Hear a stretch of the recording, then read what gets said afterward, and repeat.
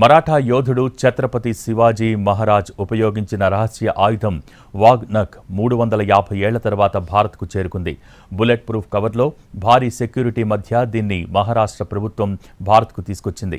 సతారాలోని ఛత్రపతి శివాజీ మ్యూజియంలో వాఘ్ నఖ్ను ఉంచారు. సతారాలో 7 నెలల పాటు వాఘ్ నఖ్ను ప్రదర్శనకు ఉంచుతారు. ఇన్నాళ్లుగా లండన్లోని ఆల్బర్ట్ మ్యూజియంలో ఈ ఆయుధం ఉంది. ప్రజలకు చూపించాలని సంకల్పించిన మహారాష్ట్ర ప్రభుత్వం తాత్కాలిక ప్రాతిపదికన 3 ఏళ్ల పాటు ఉంచుకునేందుకు ఆ దేశంతో ఒప్పందం కుదుర్చుకుంది.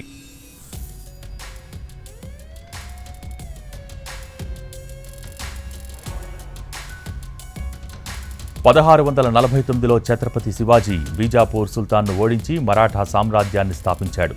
అంతకుముందు బీజాపూర్ సేనాధిపతి అఫ్జల్ ఖాన్తో సమావేశమైన శివాజీ రహస్యంగా దాచుకున్న ఈ వాఘ్ నఖ్ను ఉపయోగించి అతణ్ణి అంతమొందించాడు. ఈ ఘటన ప్రతాప్గఢ్ కోటలో జరిగింది. ఇది ప్రస్తుతం సతారాలో ఉంది. అందుకే ఈ ఆయుధాన్ని రాష్ట్ర ప్రభుత్వం ఇక్కడికి తీసుకొచ్చింది.